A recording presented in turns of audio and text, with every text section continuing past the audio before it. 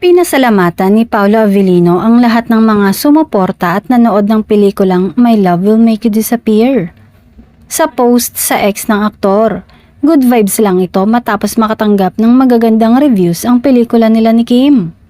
Maraming salamat po sa lahat ng nanood ng My Love Will Make You Disappear. Nakakataba ng puso mabasa ang mga magagandang salita nyo tungkol sa pelikula namin, dagdag pa ng aktor. Inanyayahan na rin ni Paolo ang mga netizen na patuloy na suportahan ang nasabing pelikula na hanggang ngayon ay showing pa din. Sa mga hindi pa nakakapanood, showing na rin po kami, hirit ng aktor. Post naman ni Paolo sa X, maraming salamat po sa lahat ng nanood ng My Love Will Make You Disappear. Nakakataba ng puso mabasa ang mga magagandang salita nyo tungkol sa pelikula namin. Sa mga hindi pa nakakapanood, showing pa rin po kami. Deadman naman ang aktor sa mga negatibong balita tungkol sa mga nakaraang interview nila ng aktres na si Kim Chiu.